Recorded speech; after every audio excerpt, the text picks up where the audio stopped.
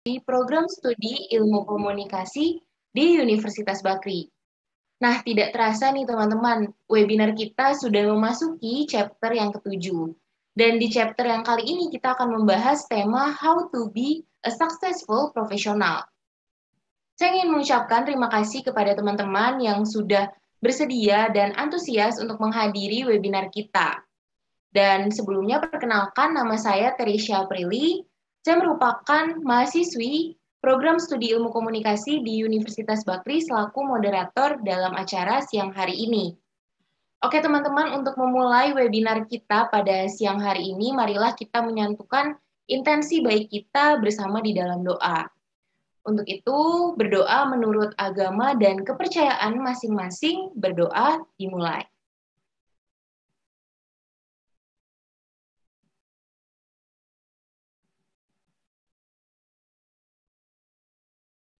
Berdoa selesai. Selanjutnya, saya akan membacakan beberapa peraturan yang harus teman-teman ikuti selama berlangsungnya webinar kita pada siang hari ini. Peraturan yang pertama, peserta wajib mematikan mic dan menyalakan kamera selama pemberian materi berlangsung. Lalu yang kedua, peserta tidak diperbolehkan untuk spam chat yang tidak penting ataupun tidak berkaitan dengan webinar kita. Yang ketiga, peserta diperbolehkan bertanya selama waktu pemaparan materi berlangsung dengan menuliskan pertanyaan melalui kolom chat. Atau bagi teman-teman yang ingin bertanya secara langsung dapat menggunakan fitur raise hand pada saat sesi Q&A berlangsung. Dan yang terakhir, peserta wajib mengisi link Google Form di akhir acara untuk absensi kehadiran dan syarat klaim e-sertifikat. Jadi pastikan teman-teman memiliki koneksi yang stabil untuk mengikuti acara kita dari awal hingga selesai, karena link sertifikat akan dibagikan di akhir acara. Baik, selanjutnya kita akan mendengarkan kata sambutan dari Miss Ari Kurnia, SIKOM, MIKOM, selaku perwakilan dari Prodi Ilmu Komunikasi Universitas Bakri. Kepada Miss Ari, waktu dan tempat kami persilakan. Ya, terima kasih Tere. Halo semua, Assalamualaikum warahmatullahi wabarakatuh. Selamat siang. Senang sekali saya diundang siang tadi oleh Hamzah. Terima kasih Hamzah, karena diminta untuk mewakili program studi ilmu komunikasi karena Bu Yati berhalangan untuk membuka webinar karir preparation hari ini. Sebelumnya saya mengucapkan selamat kepada teman-teman dari tim production yang sudah melaksanakan berbagai aktivitas weekend gitu ya, weekend yang produktif untuk selalu membuat acara webinar yang selalu inspiring untuk diikuti, kemudian juga positif dan juga sangat edukatif dan informatif. Sudah masuk ke chapter 7, artinya konsistensi kalian untuk membuat acara ini diikuti dengan sejumlah mahasiswa juga artinya saya rasa teman-teman sudah banyak mendapatkan insight ya terkait bagaimana career preparation, kemudian topik-topik sebelumnya yang juga banyak menggali tentang potensi dalam konteks generasi Z zaman sekarang untuk beradaptasi dengan teknologi, karir, dan informasi yang dibutuhkan lainnya. Dan melihat topik yang sangat baik gitu ya, how to be a successful professional, dan juga menghadirkan oleh Mas Apri Rohiyadi selaku speaker utama di sini. Beliau itu orang yang saya mempelajari TikTok dari Mas Apri ini. Halo Mas Apri, sudah ada di sini ya. Sebagai TikTokers dan juga content creator yang sangat edukatif sekali, yang bisa membuat generasi muda itu akhirnya melihat bahwa tantangan di era digital sekarang itu bukan cuman teman-teman harus kuliah, belajar teori, mengerjakan tugas, tapi teman-teman harus bisa menghasilkan bagaimana ilmu yang bermanfaat yang juga dikemas dalam bentuk konten, kemudian juga berbagai kegiatan seperti webinar seperti ini, atau mungkin bahkan berbagai kompetisi yang kira-kira bisa menunjang karir profesional kalian di masa yang akan datang. Dan di sesi hari ini, untuk webinar yang mempersiapkan bagaimana sih caranya untuk sukses menghadapi tantangan pekerjaan di era digital, kalian sudah mendapatkan nih ilmu komunikasinya, dan nanti kalian harus mendapatkan bagaimana sih profesionalisme belajarnya, mulai dari adaptasi medianya, adaptasi teknologinya, bahkan nanti kalian belajar skillnya. Dan juga didukung oleh Dr. Desika Nia yang juga dosen ilmu komunikasi. Tentunya beliau akan menyampaikan berbagai jenis materi yang berkaitan dengan apa ya yang kira-kira bisa dipelajari di program studi ilmu komunikasi, dan tentunya nanti bisa dikaitkan secara praktik di industri seperti yang nanti mungkin dipaparkan oleh Pak Apri Rohyadi.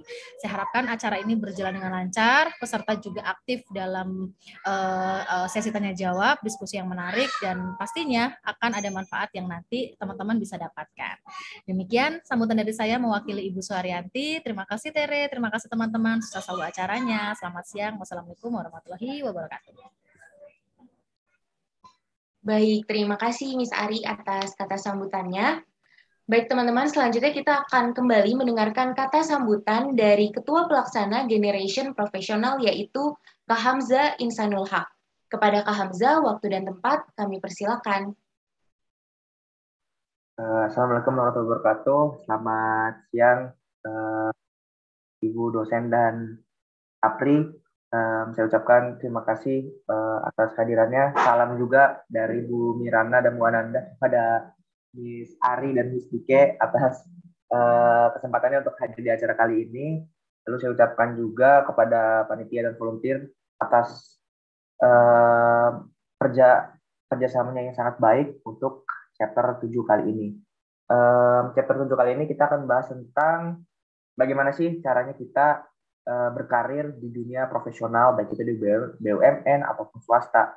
Dan juga akan dibahas nih, gimana sih caranya kita berkembang dengan salah satu soft skill-nya itu yaitu komunikasi tentunya yang akan dijelaskan oleh Miss Dike. Saya berharap teman-teman semangat selalu untuk hadir di acara Genpro selanjutnya karena kita akan hadir selalu membahas tentang topik-topik yang sangat menarik di era digital ini sehingga kita dapat tumbuh dan berkembang secara bersama-sama. Itu aja dari saya. Saya ucapkan terima kasih. Assalamualaikum warahmatullahi wabarakatuh. Baik, terima kasih Kak Hamza atas kata sambutannya. Oke teman-teman, seperti yang telah disinggung sedikit oleh Kak Hamza dan juga Miss Ari, kalau di webinar chapter 7 kali ini, kita telah kedatangan dua narasumber yang tentunya sudah memiliki banyak sekali pengalaman di dalam dunia profesional. Narasumber kita yang pertama ada Kak Apri Rohyadi, beliau merupakan Head of Representative at Telkom Indonesia, dan beliau juga merupakan Career and Education Content Creator. Oke, sebelumnya perkenalkanlah saya untuk membacakan profil singkat dari Kak Apri Rohyadi.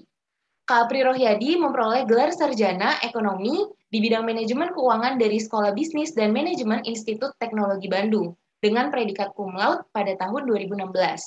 Beliau mendirikan perusahaan rintisan bernama Kanavaya selama kuliah, secara sukarela dan melibatkan diri dalam berbagai kegiatan sosial seperti menjabat sebagai manajer kemitraan eksternal Satu Indonesia dan berkomitmen sebagai asisten koordinator lapangan Community Project di Jatisari, Sumedang.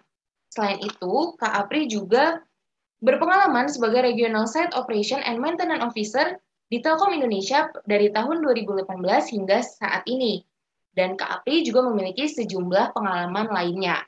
Oke, tidak perlu berlama-lama lagi, marilah kita sambut Kak Apri Rohyadi. Halo, selamat siang Kak Apri. Halo, selamat siang Teresia ya. Aku manggilnya ya. Iya betul Kak Teresia. Dan juga teman-teman semuanya yang udah join ya. Hari ini luar biasa, 100 lebih orang ya. Iya, betul Kak. Iya, tadi aku mau nyapa Miss Ari juga, udah say hi tadi ya.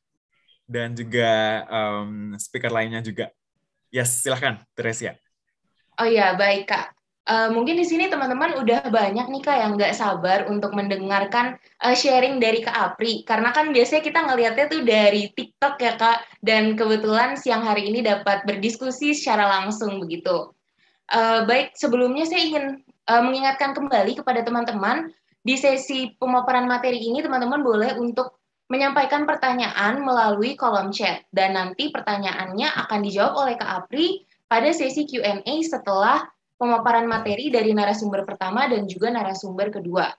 Oke, baik Kak Apri, tanpa berlama-lama lagi nih, boleh untuk Kak Apri langsung untuk sharing ilmu dan juga pengalaman kepada kita semua, Kak. Oke, thank you Teresia. Halo teman-teman semua yang udah join ya di webinar kali ini.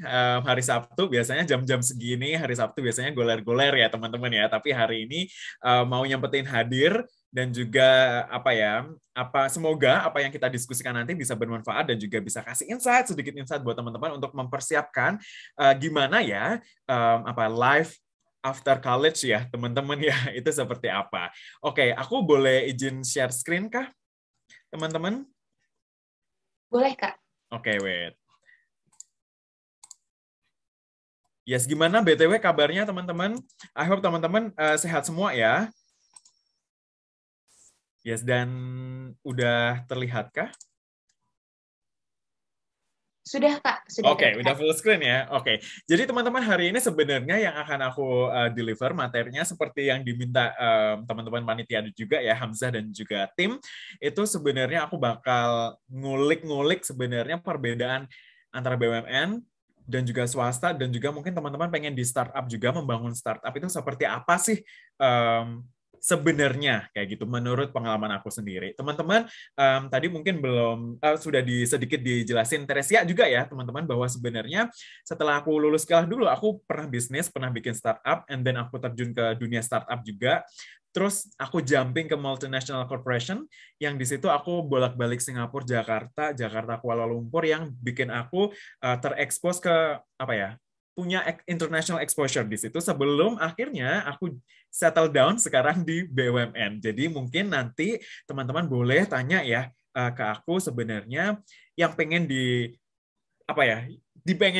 diketahui teman-teman itu seperti apa sih sebenarnya kayak gitu. Nah, di sini materinya adalah BUMN versus swasta ya, how to be successful as a professional kayak gitu. Ini judulnya dari Hamzah ya, aku dapetin. Nah, ini adalah agendanya, teman-teman. Yang pertama, aku bakal ngenalin dulu sebenarnya BUMN itu seperti apa, secara singkat aja. Terus yang kedua yaitu perbandingan karir di BUMN dan juga swasta, dan juga startup ya, include. Terus yang ketiga yaitu kemampuan dan keterampilan apa aja sih ya teman-teman yang harus kita persiapkan nih untuk bisa istilahnya landing our dream job, entah itu di BUMN, di swasta, di startup, ataupun di pemerintahan. Mungkin kayak gitu ya teman-teman ya. Yang keempat adalah rekrutmen proses di semua industri dan juga company itu tadi.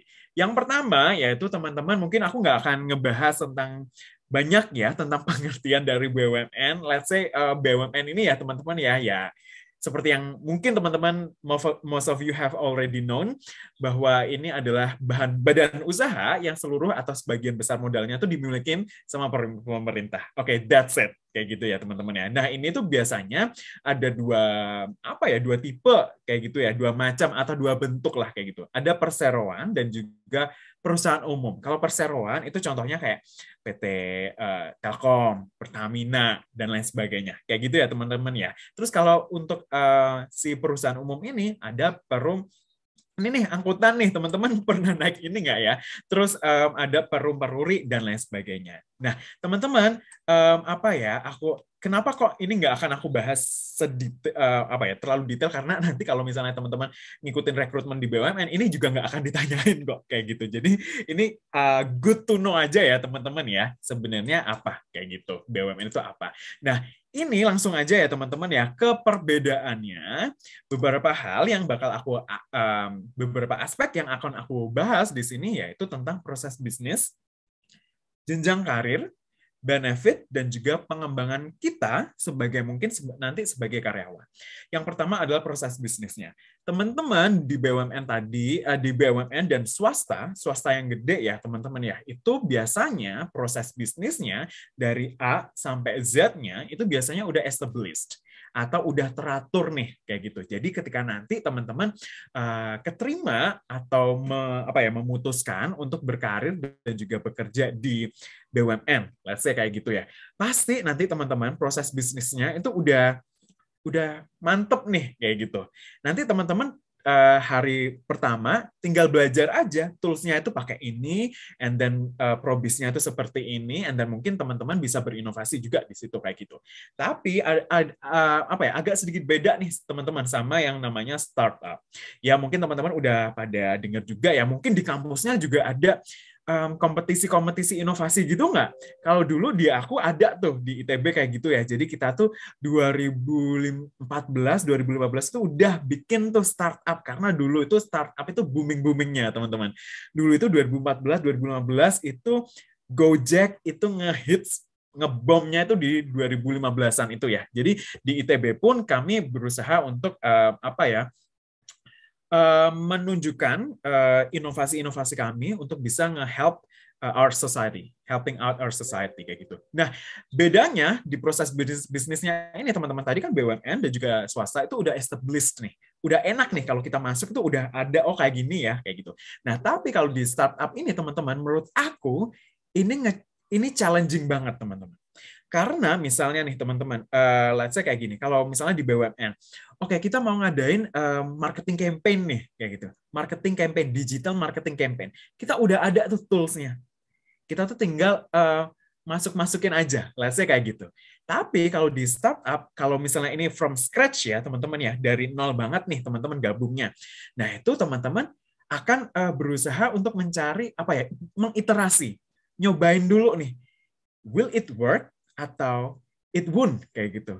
Jadi outcomes-nya di startup itu teman-teman akan berusaha istilahnya mencoba lagi kayak gitu. Mana sih proses yang paling efektif itu yang mana sih kayak gitu. Itu menurut aku very challenging. It was very challenging dan juga insightful ya for me, insightful journey karena di startup itu aku merasa sangat di-challenge di situ, kayak gitu. Terus yang kedua adalah tentang jenjang karir, teman-teman. Untuk di BUMN dan swasta, itu biasanya udah jelas nih, teman-teman. Jadi, let's say kayak gini, di BUMN itu ada golongan-golongannya. Ada golongan lah, pokoknya kayak gitu ya, teman-teman ya. Terus di swasta mungkin kayak gitu juga nih, sebagian besar. Nah, mungkin di setiap golongannya itu ada rentang waktunya nih, teman-teman. Let's say golongan 5. Golongan 5 itu lo harus 3 tahun tuh sebelum akhirnya naik ke golongan 4. Let's say kayak gitu.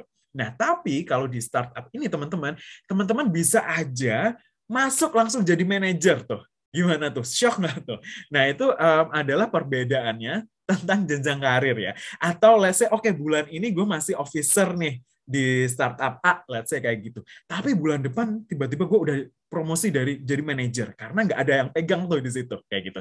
Nah, itu teman-teman harus mempersiapkan diri untuk menghadapi itu semua.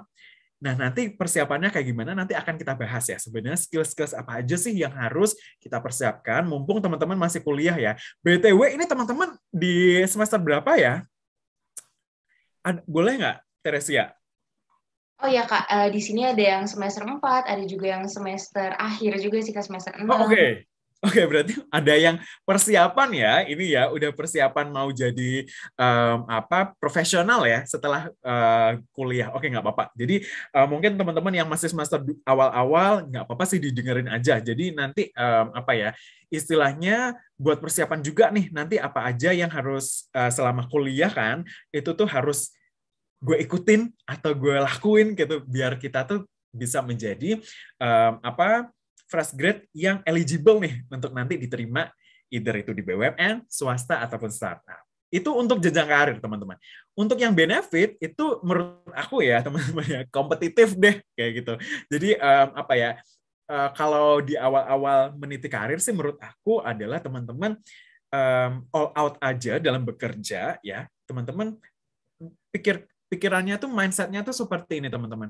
Apa yang teman-teman lakuin ya itu teman-teman yang teman-teman dapetin kayak gitu. Kalau misalnya teman-teman dalam bekerja entah itu di BUMN, swasta, startup atau your own business atau di pemerintahan nanti kalau misalnya teman-teman ngerasa belum melakukan hal yang terbaik berarti teman-teman nggak akan mendapatkan yang terbaik kayak gitu. Jadi teman-teman di sini adalah komitmen untuk memberikan your all kayak gitu di masing-masing perusahaannya.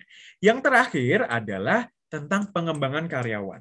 Teman-teman, aku bacain ya. Misalnya nih di BUMN, pengembangan sesuai job stream berdasarkan kebutuhan perusahaan. Teman-teman, kalau di BUMN itu memungkinkan untuk pindah job stream, teman-teman. Job stream itu apa sih? Jadi misalnya aku dari finance kayak gitu. Dulu aku kuliah finance and then pernah kerja misalnya ya di startup, di fintech, finance teknologi, kemudian di BUMN awal-awal aku di finance, tapi sekarang aku di di teknologi digital business misalnya kayak gitu. Itu bisa aja terjadi, teman-teman. Itu kalau misalnya teman-teman di BUMN. Nah, nanti itu bakal banyak banget program pengembangan karyawan itu berdasarkan kebutuhan perusahaan itu tadi kayak gitu. Nah, tapi kalau misalnya di swasta dan juga startup yang pernah aku alami selama ini, teman-teman ya. Nah, teman-teman itu akan dituntut untuk menjadi profesional di bidangnya. Oke, jadi misalnya di awal nih teman-teman, oke gue di sini jadi marketing officer nih. Nah nanti, of course nanti istilahnya jenjang karirnya itu atau pengembangan karyawannya ya teman-teman itu mostly akan di area-area tersebut kayak gitu. Tapi kalau di BUMN ini rada harus lebih fleksibel lagi ya, lebih agile lagi karena di sini kami ternyata rotasinya itu signifikan banget nih. Kayak gitu. Jadi nanti kita belajar juga ya sebenarnya bagaimana menyiapkan diri untuk menghadapi yang namanya perubahan-perubahan yang signifikan tersebut. Kayak gitu. Itu adalah tentang pengembangan karyawan. Nah, yang untuk di startup, teman-teman, kenapa kok di sini aku menuliskan, aku bisa coret-coret nggak sih di sini? Oh, bisa ya. Nah, di sini teman-teman, di sini kan aku bilang tuh, di startup itu pengembangan karyawannya adalah self-driven. Self-driven di sini teman-teman ya nge-link sama yang udah aku step di awal bahwa sebenarnya di startup itu teman-teman akan melakukan hal-hal yang mungkin belum pernah teman-teman lakuin atau teman-teman men-challenge status quo pertanyaan-pertanyaan teman-teman sendiri. Jadi teman-teman itu pelajari kalau misalnya nanti ada yang pengen memulai karir di startup ya teman-teman pasti aku yakin bahkan belajar banyak tuh di situ. Bukan cuma tentang teknikal kerjaan ya, tapi tentang bagaimana memahami dirinya teman-teman sendiri, bagaimana bekerja sama dengan tim, karena di startup itu kerjanya mati-matian ya, kalau boleh aku spill sedikit, jadi ngebalance emosi kita itu sangat di-challenge di situ, kayak gitu. Next, teman-teman pernah nonton ini nggak ya? Ada yang suka drakor nggak sih di sini? Banyak sih, Kak. Teresia nonton ya? Nonton dong Kak, karena hits banget kan waktu itu. Bener. Nah ini judulnya adalah apa Teresia? Startup, right? Jadi drakor ini tuh sebenarnya kalau it's pretty much showing showing off about sebenarnya mendirikan startup itu seperti apa? Itu ditonton aja. Mungkin ada beberapa teman yang belum nonton ya. Ini silahkan ditonton aja karena ini menurut aku recommended ya Teresia ya. Oke. Nah, teman-teman kenapa ya aku spill ini? Karena teman-teman di BUMN pun sebenarnya sekarang ini teman-teman kita itu kalau ngomongin soal pengembangan karyawan, kita itu sudah mengadopsi istilahnya gitu ya, mengadopsi program-program atau sistem yang dilakukan sama startup. Karena contohnya kayak gini. Ini dia. Di Telkom sekarang teman-teman, kita itu di Telkom sendiri itu memiliki wadah inovasi untuk membangun startup. Oke. Ada dua nih. Untuk karyawan internal, yaitu karyawannya Telkom sendiri, atau karyawan BUMN, kayak gitu. Terus atau untuk orang-orang luar juga. Jadi, mungkin teman-teman di sini ada yang punya ide, kemudian pengen mendapatkan pendanaan, pengen mendapatkan bimbingan, kayak gitu, teman-teman bisa daftar yang namanya Indigo ini. Oke, ini adalah istilahnya wadah yang bagus juga buat teman-teman di luar sana yang pengen mengembangkan startup-nya kayak gitu. Untuk karyawan internalnya itu kami ada Amuba teman-teman. Jadi kenapa ya aku spill kok ternyata di Telkom itu atau di BUMN itu sekarang itu pengembangan karyawannya itu kompetitif kok sama perusahaan-perusahaan lain kayak gitu. Karena teman-teman banyak sekarang ini di zaman aku dulu teman-teman banyak fresh graduate yang beranggapan bahwa kerja di BUMN itu kayak kaku ya, it's stiff, it's laid back, kayak terlalu birokratif dan lain sebagainya. Tapi teman-teman dengan adanya ini, itu kita udah nge-cut off itu semua. Kami itu di sini kerjanya itu juga sama kok, sama challenging-nya, sama di startup, sama di swasta, dan lain sebagainya. Jadi teman-teman, salah satu poin penting yang pesan dari slide ini sebenarnya adalah kemampuan kita dan juga kemauan kita untuk berinovasi sih sebenarnya. Kayak gitu. Jadi di BUMN pun itu budaya inovasi, teman-teman, itu bukan istilahnya kalau dulu kan startup itu innovate terus kayak gitu kan ya. Nah di BUMN pun itu kayak gitu teman-teman. Jadi jangan khawatir bahwa kerja di BUMN itu membosankan ya, kayak daily rutinnya itu terlalu rutinitas banget kayak gitu. Itu enggak juga teman-teman. Jadi semoga ini bisa memberikan gambaran buat teman-teman, BUMN itu seperti apa sih? Apakah kayak zaman dulu yang saklek banget kayak gitu, dan ya buktinya enggak ya teman-teman ya sekarang ya teman-teman ya kayak gitu. Ada yang minat di BUMN nggak sih dari sini teman-teman? Ya nggak apa-apa ya aku bahas ya. Oke, nah teman-teman nextnya itu adalah sebenarnya kemampuan dan juga keterampilan apa sih untuk bisa kita tuh menjadi kandidat yang eligible nih, yang qualified nih untuk bisa diterima di BUMN kayak gitu. Kita mulai ya teman-teman ya. Oke, teman-teman ini adalah 3 basic skills-nya yang bisa aku bahas di sini ya teman-teman ya. Yang pertama adalah tentang learning skills. Learning skills ini itu kalau bisa kita jabarin teman-teman, itu adalah kemampuan atau kemauan untuk kita itu untuk belajar hal-hal yang baru. Kayak gitu. Itu adalah learning skills. Kenapa nih kami itu dari perusahaan itu tuh mencari kandidat yang nge-showcase atau nge-possess atau memiliki learning skills ini? Karena gini teman-teman, kalau misalnya teman-teman nanti diterima kerja nih, hari pertama kerja, gitu kan ya teman-teman ya. Nah, mungkin teman-teman itu akan bekerja dengan tools yang nggak pernah teman-teman pelajari di kuliah. Oke, mungkin proses bisnisnya itu teman-teman juga nggak familiar. Mungkin orang-orangnya, cara kerjanya, atau pace kerjanya, working pace-nya, itu teman-teman nggak pernah tuh kayak gitu. Jadi kami dari company itu we're looking for somebody yang punya learning skills, yaitu kemauan dan juga kemampuan untuk mempelajari hal-hal yang baru. Kayak gitu. Paham ya di sini teman-teman ya? Itu komponennya banyak nih teman-teman. Salah 4-nya yaitu critical thinking, creativity, collaboration, dan juga communication. Kayak gitu.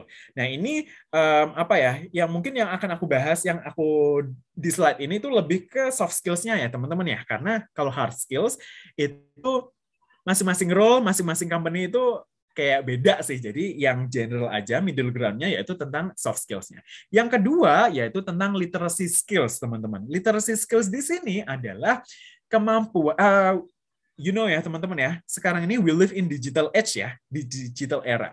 Nah, apakah kita itu selama ini setiap hari kita itu diterjang, diterpa, atau menerima info-info data-data dari segala penjuru, right?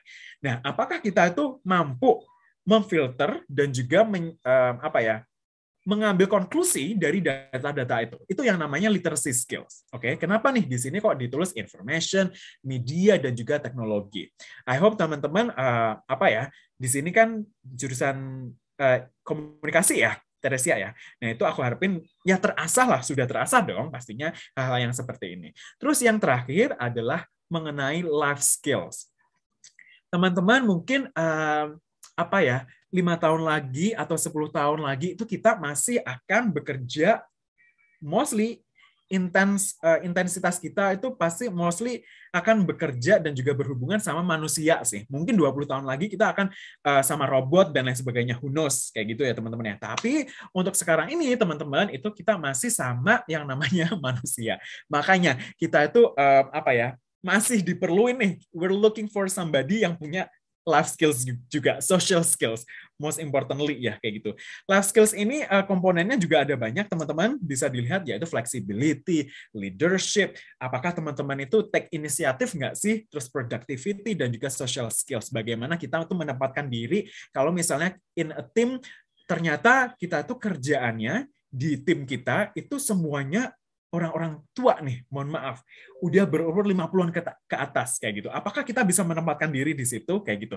Itu adalah life skills, teman-teman. Jadi, teman-teman ketika ini bukan cuma untuk BUMN ya, teman-teman ya. Entah itu nanti teman-teman pengen kerja di multinational corporations, di BUMN, di startup ataupun mana aja pemerintahan. Nah, 3 skills ini adalah basic skills yang harus kita cultivate dalam diri kita sendiri, kayak gitu. Paham ya teman-teman ya? Next-nya, ini adalah nilai dasar nih atau core values-nya BUMN. Kalau misalnya teman-teman pengen bekerja atau berkarir di BUMN, teman-teman harus punya juga nih ini core values-nya atau nilai dasar, yaitu akhlak. Jadi kami di BUMN cuma nerima orang-orang yang berakhlak ya. Kalau nggak punya akhlak nggak usah deh. Kayak gitu. Jadi teman-teman, akhlak ini tuh sebenarnya singkatan nih teman-teman dari amanah. Amanah itu apa ya? Memegang bertanggung jawab nih atas kepercayaan yang diberikan kayak gitu. Terus kompeten itu terus belajar dan juga mengembangkan kapabilitas. Terus harmonis, loyal, adaptif dan juga kolaboratif. Nanti bisa dibaca sendiri ya teman-teman ya. Nanti mungkin Teresia dan juga Hamzah bisa share materi ini ke teman-teman ya, yang join ini aja kayak gitu. Nah teman-teman, next-nya aku akan ngebahas tentang sebenarnya rekrutmen itu tuh seperti apa sih kayak gitu di BUMN kayak gitu. Ya aku bahas sedikit ya tentang rekrutmen. Rekrutmen itu adalah proses bagaimana kita tuh menyaring talenta-talenta yang di luar sana untuk bisa berkontribusi aktif ke perusahaan kita kayak gitu ya teman-teman ya. Nah, teman-teman, kalau ngomongin soal rekrutmen itu tuh banyak banget jalurnya. Contohnya adalah ini nih yang udah aku tulis nih teman-teman. Aku coret-coret, yes. Manajemen trainee. Oke. Teman-teman, manajemen trainee, professional hiring, dan juga outsourcing. Ini cuma 3 aja contohnya. Padahal, in fact, itu ada banyak nih. Jadi, teman-teman, nanti ketika teman-teman apply ke suatu perusahaan, teman-teman pastikan tahu nih program apa yang teman-teman apply. Jangan sampai teman-teman terperangkap nih. Padahal pengennya itu program yang ini, tapi kok program yang ini ya? Karena itu ada nih teman aku nih teman-teman, karena dia tuh kayak cuman pengennya itu company doang nih, pokoknya company minded, company oriented. Pokoknya gue tuh pengen kerja di company X kayak gitu. Pokoknya di situ aja. Nah, itu dia apply-nya itu asal-asalan kayak gitu kan. Nah, jadi jangan sampai kayak gitu. Teman-teman harus tahu dulu sebenarnya program rekrutmennya itu seperti apa. Contoh kita bahas ya, manajemen trainee salah satunya ya teman-teman ya. Salah satu program atau jalur rekrutmen itu adalah manajemen trainee. Ini manajemen trainee itu dimiliki sama semua jenis perusahaan itu tadi sih, baik itu BUMN, multinational company ataupun yang lainnya. Itu tuh banyak yang punya manajemen trainee, tapi namanya itu beda-beda nih, teman-teman. Manajemen trainee di Telkom itu namanya Great People Trainee Program atau GPTP. Terus di banking yang Himbara atau yang banknya negara itu tuh ada ODP ya, Officer Development Program. Nah, terus kalau di swasta di multinational corporation di union, aku boleh nyebutin brand company boleh Tresia? Boleh Kak. Boleh kan ya? Oke, sorry. Jadi kalau misalnya di Unilever, mungkin teman-teman ada yang pengen di sana, itu ada UFLP, Unilever Future Leader Program. Terus di Danone juga ada, itu ada MT Star Danone ya. Sekarang masih ada ya, I believe masih ada. Kayak gitu teman-teman. Nah, manajemen training ini adalah program percepatan karir. Jadi, ketika teman-teman udah keterima nih di manajemen training ini nanti, 2 tahun setelah mengikuti programnya, teman-teman bisa jadi langsung jadi manajer di perusahaan tersebut. Di Shopee itu ada Global Leaders Program, kalau nggak salah ya, sekarang kayak gitu teman-teman. Dan di Shopee itu, kayak di Unilever, di Shopee itu rotasinya di Southeast Asia ya, kalau nggak salah di luar negeri juga. Jadi teman-teman yang punya, pengen tantangan itu bisa daftar ke manajemen trainee ini sendiri ya teman-teman, karena manajemen trainee itu prosesnya itu it's very tiring, ini kayak melelahkan dan juga menguras otak dan juga mental ya teman-teman ya. Jadi persiapkan itu semua. 3 basic skills tadi itu harus dipersiapkan untuk nailing manajemen trainee, professional hiring, outsourcing dan lain sebagainya. Oke, gitu ya teman-teman ya. Next-nya adalah proses dari serangkaian rekrutmennya. Yang pertama adalah CV screening. Oke, berarti tahu dong ya, kenapa kok akhir-akhir ini tuh bikin CV content creator pada bahas yang namanya bikin CV di mana-mana. Karena teman-teman, lihat nih di sini ya. Di sini CV adalah your golden ticket. Oke. Kalau kita audisi Indonesian Idol nih, sebelum kita dapat 3 yes, setelah kita dapat 3 yeses, kita bakal dapat golden ticket untuk melaju ke babak selanjutnya. Sama kayak rekrutmen di perusahaan-perusahaan. Kalau misalnya kita nggak lolos CV screening, ya kita nggak akan bisa tuh ikutan online test, FGD, dan lain sebagainya. Paham ya teman-teman ya? Nah, teman-teman yang akan aku highlight di sini di CV screening itu adalah gini teman-teman. Sekarang itu kan banyak ya content creator yang ngebahas template CV, CV ATS, CV kreatif dan lain sebagainya. Teman-teman jangan terpaku sama itu sih. Maksudnya gini teman-teman. Sebagus apapun template CV yang kalian punya, sebagus apapun, sekreatif apapun CV kalian, kalau misalnya konten dari CV kalian itu nggak inline, nggak match sama kualifikasi yang dicari sama perusahaannya, ya teman-teman nggak akan bisa nih lolos CV screening. Oke, jadi teman-teman mumpung sekarang itu masih kuliah, teman-teman, ayo caranya gini teman-teman. Teman-teman lihat deh, pengennya kerja di mana? Let's say kayak gitu di Unilever. Oke, di Unilever itu programnya rekrutmennya ada apa aja ya? Oh, ada Future Leader Program, ada B, ada C, kayak gitu. Misalnya kayak gitu. Dilihat lagi, di breakdown lagi. Kualifikasi yang dicari itu seperti apa ya kandidatnya, persyaratannya seperti apa ya, kayak gitu. Nah, ketika teman-teman udah tahu persyaratannya dan juga kualifikasinya yang mereka cari itu seperti apa, teman-teman harus refleksi diri. Tanya nih ke dirinya teman-teman, apakah teman-teman itu udah memiliki kualifikasi-kualifikasi itu apa belum? Misalnya, di MT itu biasanya mereka nyari yang aktif, English aktif berbahasa Inggris, misalnya kayak gitu. Nah, tanya ke diri teman-teman, apakah teman-teman selama ini tuh bahasa Inggrisnya sudah aktif belum? Atau masih pasif nih? Makanya sekarang kalau masih kuliah, masih di zaman muda, jadi anak-anak muda ya teman-teman. Nah ini bisa nih, masih bisa mengembangkan skill-skill tersebut kan. Jadi sebelum telat ya teman-teman ya, kayak gitu. Jadi tadi PR-nya apa teman-teman? Cari tahu dulu sebenarnya kualifikasi yang dicari itu seperti apa, and then baru merefleksikan diri, and then outcomes dari refleksi diri itu harus ada improvement nih, self improvement di situ. Ketika sudah melakukan itu, teman-teman baru menulis CV dengan template yang bagus kayak gitu. Jadi again teman-teman, aku harus highlight bahwa sebagus apapun, se-ATS friendly apapun teman-teman template-nya CV teman-teman, itu nggak akan membuat teman-teman lolos ketika konten dari CV-nya teman-teman itu nggak appealing juga bagi kami, kayak gitu.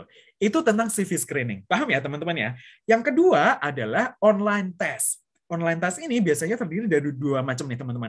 Aptitude test. Aptitude test ini adalah tentang tes kemampuan dasar atau TPA. Oke.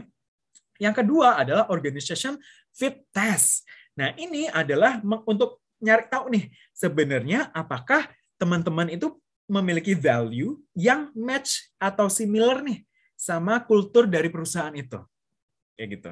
Jadi teman-teman nanti bakal contoh-contoh soalnya ya seperti ini teman-teman. Kalau misalnya teman-teman memiliki atau bekerja sama dalam suatu tim, terus timnya teman-teman itu salah satunya ada free rider nih yang nggak kerja. Menurut teman-teman bakal gimana? Nah, itu adalah organization fit test. Contohnya kayak gitu. Nah, setelah teman-teman lolos online test, biasanya teman-teman bakal FGD. Nah, FGD ini ada menurut aku perlu pengalaman sih, teman-teman ya. Nah, gimana agar caranya teman-teman itu memiliki pengalaman tersebut ya, teman-teman ikut deh organisasi. Aku yakin di Universitas Bakri juga banyak ya organisasi-organisasi ya, Teresia dan juga teman-teman, baik itu let's say BEM atau KM, terus mungkin unit kegiatan olahraga mungkin atau kesenian dan lain sebagainya. Diverse banget. Teman-teman ikutin aja. Tapi teman-teman, pesan aku, teman-teman jangan asal ikutan. Cuman untuk menambah pengalaman di CV. No. Jangan kayak gitu. Teman-teman, kami dari perusahaan akan lebih appreciate ketika teman-teman cuman nulis 2 organisasi tapi teman-teman take role di situ. Take role di sini misalnya kayak gini. Oke, mungkin nggak semuanya teman-teman akan mendapatkan privilege atau kesempatan untuk bisa jadi ketua BEM, let's say kayak gitu.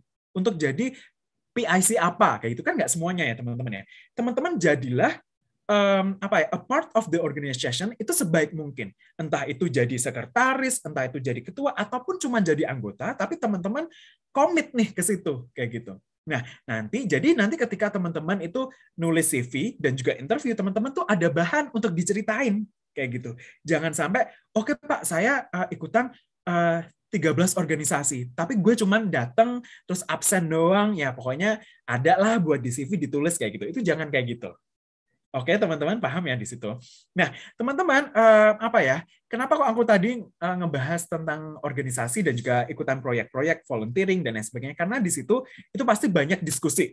Oke, dan di situ itu akan melatih istilahnya critical thinking-nya teman-teman, bagaimana cara teman-teman berdialog, bagaimana menyampaikan pendapat itu untuk FGD ini. Kayak gitu. Untuk stage FGD ini, untuk persiapan fokus atau leaderless group discussion, kayak gitu. Next-nya, teman-teman, adalah interview. Nah, di interview ini ada beberapa macam. Satu, HR interview, teman-teman. HR interview atau HR interview ya, itu interview sama HR-nya nih, human resource-nya di suatu perusahaan. Itu menitik beratkan kepada personality. Jadi anak ini tuh kayak gimana sih sebenarnya, cara kerjanya itu seperti apa sih, terus orangnya easy going nggak ya, enak diajak kerja sama nggak ya, dan lain sebagainya. Yang kedua adalah user interview. Mungkin beberapa teman-teman yang belum tahu, user itu definisinya adalah orang yang bakal kerja bareng kita. Let's say aku sekarang apply jadi marketing officer nih, marketing officer di Ruang Guru, let's say kayak gitu. Nah, and then aku dapat email nih, aku dapat undangan user interview. Wah, apa nih user interview kayak gitu? Berarti user interview ini mungkin kemungkinan besar nanti aku bakal diinterview sama manajer marketing, oke, atau supervisor marketingnya Ruang Guru kayak gitu. Itu adalah user. Nah, teman-teman, perbedaannya dari si HR interview tadi, kalau user interview ini interviewnya itu lebih ke technical. Kalau tadi aku apply marketing ya, nanti pertanyaannya itu pasti sekitaran kayak gini, marketing campaign, apakah kamu tuh ngerti nggak digital marketing sekarang itu kayak gimana? Ngerti nggak Google Analytics? Ngerti nggak search engine optimization itu sekarang seperti apa? Let's say kayak gitu ya teman-teman ya. Nah, itu adalah untuk di interview. Nah, yang ketiga tipenya adalah directors interview sebenarnya teman-teman. Interview sama direktur atau C-level sama CEO, CMO, ataupun CEO, CFO, dan lain sebagainya. Nah, ini teman-teman khusus untuk program atau jalur manajemen trainee. Oke, teman-teman kalau non-manajemen trainee sih biasanya nggak sampai interview sama direktur ya, teman-teman ya. Tapi kalau misalnya teman-teman manajemen trainee itu pasti ketemu sama direktur itu sendiri. Nah, di sini ada yang pengen kerja di Bank Indonesia nggak sih? Di Bank Indonesia itu stage terakhirnya adalah interview sama Gubernur Bank Indonesia. Bayangin ya, sama gubernurnya. Wah, gue ditanyain apa ya ini kayak gitu. Jadi itu persiapannya selain knowledge, tapi persiapan mental juga nih teman-teman. Kalau misalnya teman-teman mau daftar atau mau mengalami atau menghadapi yang namanya recruitment process. Jadi it's not about your brain only ya teman-teman ya, tapi juga mengetes tentang mentalitas teman-teman itu seperti apa kayak gitu.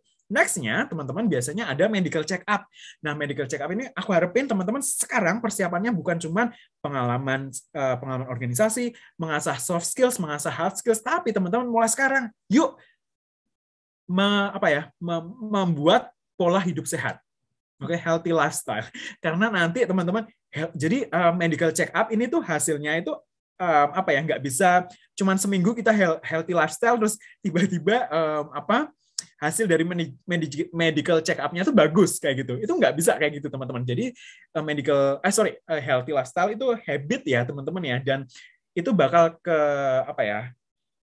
diindikasi itu di medical check up-nya. Nah, setelah itu teman-teman bakal dapetin offer letter.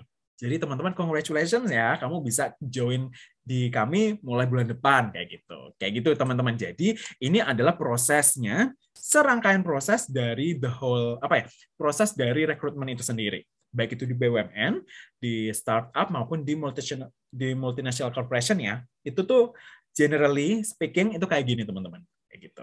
Nah, next-nya ini adalah tips terakhir nih sebelum waktunya habis ya. Ini tips dari aku on how to land your dream job. Yang pertama, teman-teman, adalah ask yourself. Teman-teman, kalau di aku dulu, teman-teman ya, di jurusan aku dulu, itu ada ideal profession, atau profesi yang diidam-idamkan nih, teman-teman. Dulu kan aku jurusan manajemen ya, teman-teman di ITB, itu lo kalau mau dianggap jadi lulusan SBM ITB yang sukses, lo harus jadi business consultant. Di consulting firms, McKinsey, BCG, KAP, EY, dan lain sebagainya. Ya, you name it ya, teman-teman ya, kayak gitu.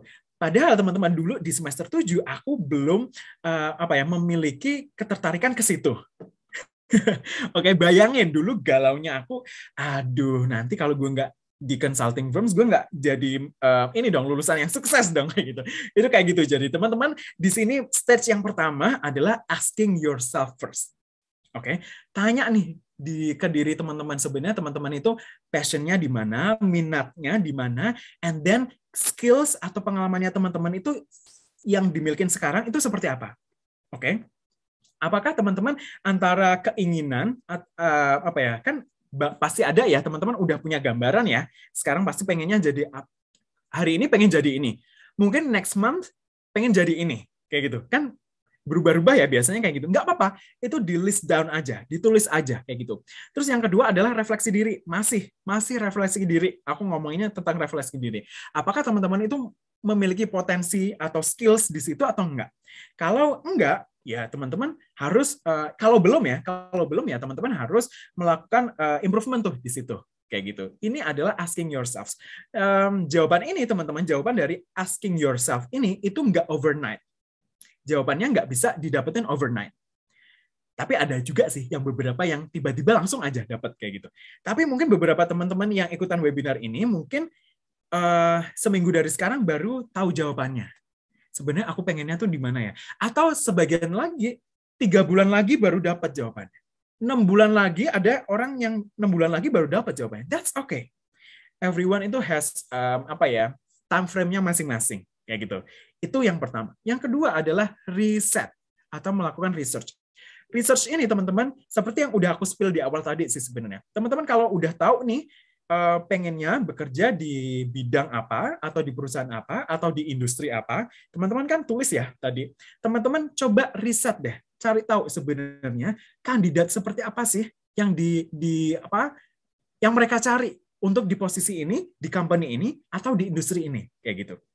Itu adalah riset. Riset bisa dilakukan di berbagai platform, di digital, atau yang paling utama sih menurut aku teman-teman ya, coba kontak kakak tingkat teman-teman yang bekerja di perusahaan atau di industri tersebut. Kak, di situ tuh orang-orangnya kayak gimana sih yang dicari? Kayak gitu. Nah, setelah itu teman-teman, refleksi lagi. Oke, refleksi lagi di stage yang take action ini. Take action ini teman-teman, itu ada beberapa hal yang bisa teman-teman lakukan. Yang pertama adalah magang atau internship. I believe sekarang itu universitas kan diwajibin magang nggak sih? Kayak gitu ya teman-teman. Nah itu adalah a part of taking action ini teman-teman. Di stage yang ketiga. Outcomes dari magang itu teman-teman adalah ada 2. Either teman-teman jadi suka banget sama bidangnya, atau yang kedua jadi, ternyata kerjanya kayak gini ya? Nggak gue banget deh kayaknya kayak gitu. Jadi itu outcomes-nya dari internship itu ada 2 itu tadi. Jadi ketika teman-teman internship, jadilah anak intern yang all out di situ. Karena nanti bisa membantu teman-teman menjadi jatuh cinta banget sama bidang tersebut atau enggak. Kayaknya I'm not meant for this kayak gitu. Itu adalah take action.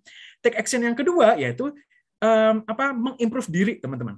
Tadi di fase riset atau cari tahu kan udah ketahuan ya skills atau kualifikasi yang dicari sama posisi ini itu seperti apa. And then refleksi nih ke diri teman-teman.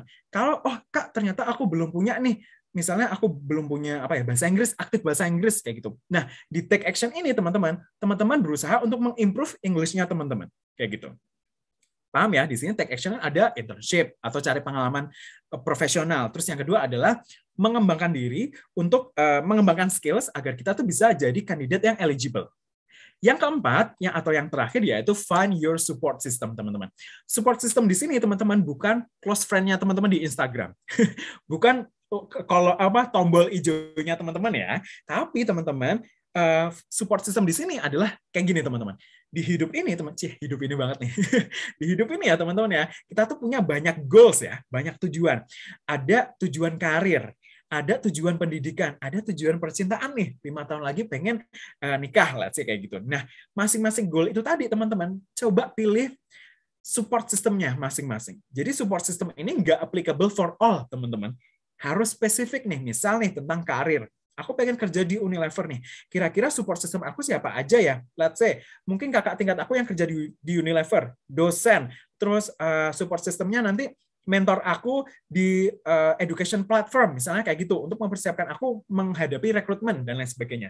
Itu namanya support system. Support system adalah mereka yang membuat kita semakin dekat dengan kualifikasi atau goals-nya agar kita bisa meng-achieve goal itu. Kayak gitu. Paham ya, teman-teman ya? Jadi ini adalah tips from me on how to land your dream job. Ask yourself. Yang kedua adalah cari tahu melalui riset, terus take action, dan juga find your support system. Teman-teman, ini adalah quote dari aku, Cie. Sebelum cari tempat untuk berkarir, tanya dulu ke diri kita ya, sebenarnya kita tuh pengennya ngapain sih di dunia ini, kayak gitu. Demikian, teman-teman, demikian. Sekian ya, teman-teman ya, materi dari aku, karena waktunya juga udah habis. Aku balikin ke Teresia ya, untuk nanti di Q&A. Thank you. Oke, thank you so much Kapri untuk sharingnya yang luar biasa insightful nih. Karena kalau dari aku dan aku yakin teman-teman juga pasti banyak yang akhirnya mulai terbuka pikirannya gitu. Karena banyak banget ternyata yang harus kita persiapkan sebelum nantinya tuh mendapat atau achieve dream job kita ya Kak. Oke Kak, mungkin nanti kita ketemu lagi ya Kak di sesi Q&A. Karena sekarang sesinya akan kita lanjutkan dulu untuk pemaparan materi dengan narasumber kita yang kedua. Nah, teman-teman, narasumber kita yang kedua yaitu adalah Dr. Desi Kania, BA, MA, atau yang akrab disapa Miss DK. Miss DK ini merupakan dosen ilmu komunikasi di Universitas Bakri. Sebelum memulai sesi pemaparan materinya, saya akan membacakan terlebih dahulu CV dari Miss DK. Untuk itu, kepada operator, boleh minta tolong bantuannya untuk share screen.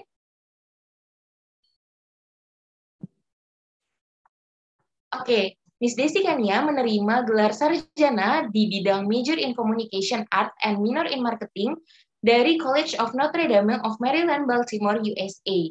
Lalu, Miss DK juga menerima gelar magister di bidang Media Studies dari Monash University, Melbourne, Australia, dan menerima gelar doktor dalam bidang kajian budaya dan media dari Universitas Gadjah Mada, Indonesia.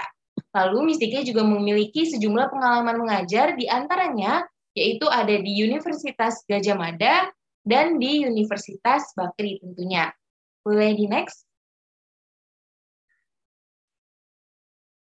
Nah, ini dia teman-teman, Miss DK ini juga aktif sekali dalam mengikuti konferensi, seminar, dan lokakarya. Juga terdapat beberapa penghargaan yang telah diterima Miss DK. Yang pertama ada beasiswa program Pasca Sarjana Dalam Negeri BPDN tahun akademik 2015-2016 untuk program Doktor Kajian Budaya dan Media Universitas Gadjah Mada yang diberikan oleh Kementerian Riset Teknologi dan Pendidikan Tinggi Republik Indonesia pada tahun 2015. Selanjutnya, Miss DK juga pernah mendapatkan hibah penelitian disertasi dokter PDD dari Dikti pada tahun 2018. Lalu, Miss DK juga aktif dalam penelitian, salah satunya nih pengalaman penelitiannya yang paling terbaru di tahun 2020 dengan judul Politik Representasi Makna Alami dalam Komunikasi Merek, Analisis Semiotika Sosial terhadap Iklan Produk Minuman Kemasan, dan Miss DK ini berperan sebagai ketua timnya. Miss DK juga pernah mengikuti pelatihan peningkatan partisipasi komunitas dalam menyuarakan kepentingan umum melalui film pendek di media sosial. Nah, teman-teman, itulah beberapa CV dan juga pengalaman yang dapat kita lihat dari Miss DK. Oke, tidak perlu berlama-lama lagi ya, teman-teman. Mungkin langsung saja kita sambut Miss Desi Kania. Halo, selamat siang Miss DK. Selamat siang semuanya, kedengeran ya suara Miss Ike ya? Aman, Miss, kedengeran. Oke. Gimana nih, Miss, kabarnya, Miss, pada siang hari ini? Baik, semalam baru selesai ngajar. Oke, tadi mungkin nanti kita tektokan aja ya, Tere sama Mas Apri ya. Tadi yang dari Mas Apri itu udah sangat detail ya, yang di share sama Mas Apri. Preparationnya mesti apa aja dan recruitmentnya. Jadi dari materinya Mas Apri itu kita bisa lihat apa coba. Preparationnya itu tahapannya seperti apa dan di setiap tahapan itu yang dibutuhkan apa saja. Nah di sini Miss Dike mau jelasin mengenai tips-tipsnya itu seperti apa ya. Nah, bentar saya full screen ya. Udah kelihatan ya, Tere ya? Sudah kelihatan, Miss, tapi belum full screen. Bentar. Sudah? Sudah aman, Miss. Aman, oke.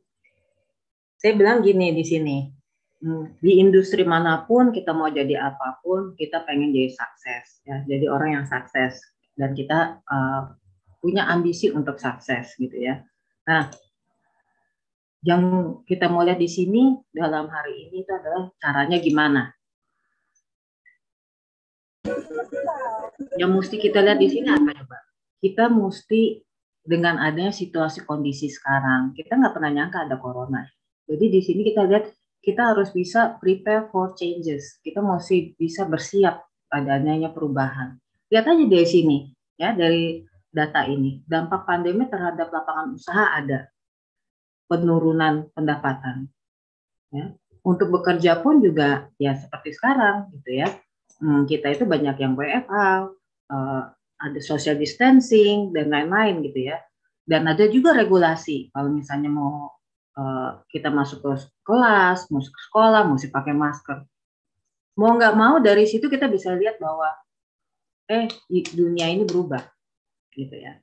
Nah, dalam perubahan seperti itu apa yang harus kita lakukan? Kita mesti punya yang namanya beradaptasi gitu ya. Mesti bisa beradaptasi. Kenapa? Adaptasi itu mentransformasi preparation kita ya supaya kita bisa punya energi naik untuk sukses. Jadi kuncinya di situ adapt. Sekarang supaya kita bisa adapt, ya, tadi kan dilihat tuh dari materi Mas Apri. Sekarang tuh BUMN seperti ini. Tahapannya untuk recruitment itu kayak tahapan lagi mau proposal penelitian Mas Apri. Banyak banget 1, 2, 3, 4, 5, 6, 7. Nah, dari situ Mas Apri, waduh. Jangan dikira bahwa interviewnya ya oke wah gitu ya, itu mungkin mau dicapai kali ya. Tapi kalau misalnya mau perusahaan yang keren BUMN swasta itu aja 1, 2, 7, orang lain ada juga 12 ya. Nah ada juga ya macam-macam lah. Nah di situ memang akhirnya kita mesti bisa adapt gitu ya. Apalagi sekarang dengan adanya habis selesai corona ini, sekarang kita udah masuk ke endemi ya. Semua perusahaan termasuk pemerintah pun sekarang lagi berusaha gimana caranya kita beradaptasi. Ya, retail industri pun juga begitu ya. Semua. Nah, jadi kita harus melakukan yang namanya persiapan ya. Nah, pertama caranya gimana? Ini inline juga sama materinya Mas Apri. Bahwa mau nggak mau kita mesti belajar untuk proaktif. Yang serem di sini apa? Kadang-kadang kalau misalnya kita mau proaktif, mulai di kelas lah, atau mesti di sekolah lah, atau di tempat kerjaan, kadang-kadang kita bilang, ini ya mau apa sih namanya, mau jadi populer atau apa. Ingat, pas nanti kita interview yang tadi itu berapa banyak langkahnya, kita tuh sendirian ya Mas Apri, nggak ada teman kita gandeng tangan kita. Yuk saya temenin di tiap tahapan, nggak ada Tere, ini sendirian. Nah jadi mulai dari sekarang tuh kita mesti belajar untuk proaktif. Kenapa? Karena kalau orang yang proaktif itu yang diinginkan dari rekrutmen itu, rekruter itu adalah orang ini pasti gigih, orang ini pasti berani, ya. dan dia tahu bagaimana bersikap dalam situasi yang ada. Lagi corona kayak gini kita mesti gimana? Gitu loh. Jadi inilah salah satu keterampilan yang harus kita punyai dan harus kita didik dari kita tanam dari sekarang. Semester 1 pun begitu masuk tetap proaktif gitu ya. Nah, kedua, kita udah mesti gak hanya punya leadership skill ya, tapi kita masuk ke leadership level. Dalam arti begini, saya tambahin yang tadi Mas Afri bilang bahwa kita mesti punya leadership skill. Kita mesti masuk ke ke perkumpulan keanggotaan dan lain-lain.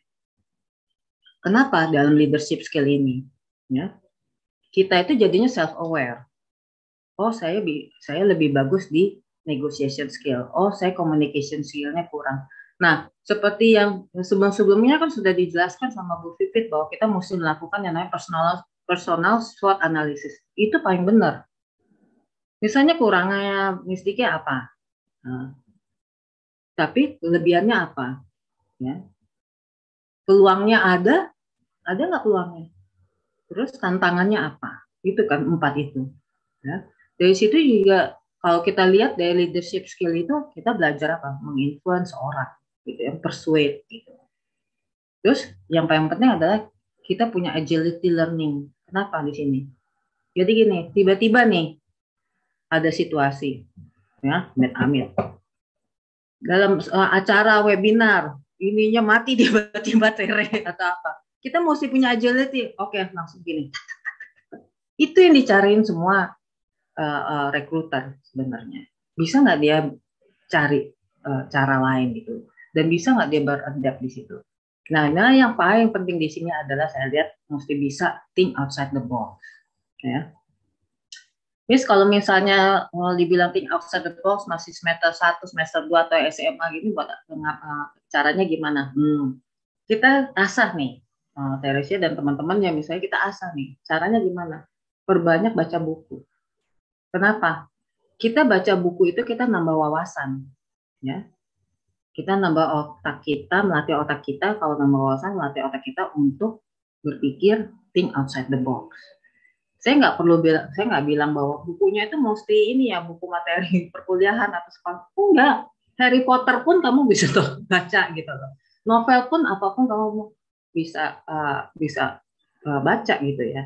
Karena dengan kita baca novel, kita baca non-fiction atau fiction, itu kita tambah wawasannya. Oh, orang ini cara berpikirnya begini. Belum lagi nambah kosakata, gitu ya. Kedua, membuat sesuatu setiap hari. Nah, ini penting. Karena pikiran manusia itu sama seperti mesin. Kalau nggak dirawat dan nggak diperbarui secara teratur, ya, tidak akan dapat performa yang optimal.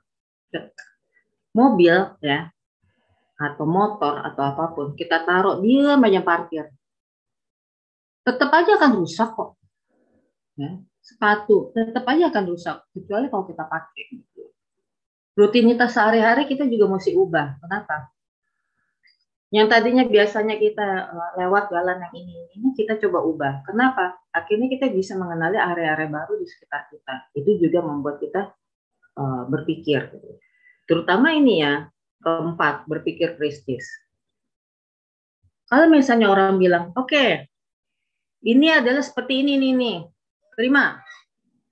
Terus kita diam aja, baik, baiklah gitu. Wah, mati tuh.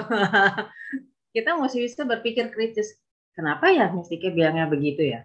Kenapa ya teorinya seperti ini? Kenapa ya peregulasinya seperti ini? Oke. Oh, karena begini. Oh, jadi kita mesti melatih gitu berpikir kritis itu. Dan ini mesti sedini mungkin. Nah, ini sesuai nih nomor 5.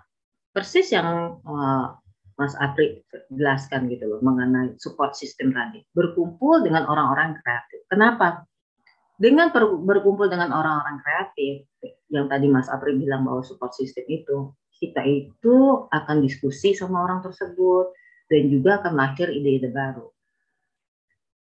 Misalnya gini, kayak contoh kemarin Miss Diki nonton apa tuh, Desa KKN ya? Nah, Kalau kita berpikir dan berkumpul dengan orang yang kreatif, itu pertanyaan kenapa? Nah, kalian mesti nanya di sini. Kenapa si Bima meninggalnya sebulan, si Ayu meninggalnya 3 bulan? Ada yang bisa jawab nggak? Coba, kalau bisa jawab, dapat GoPay 100.000 dari Miss Dike. Nanti jawab ya, kalau ada yang jawab ya.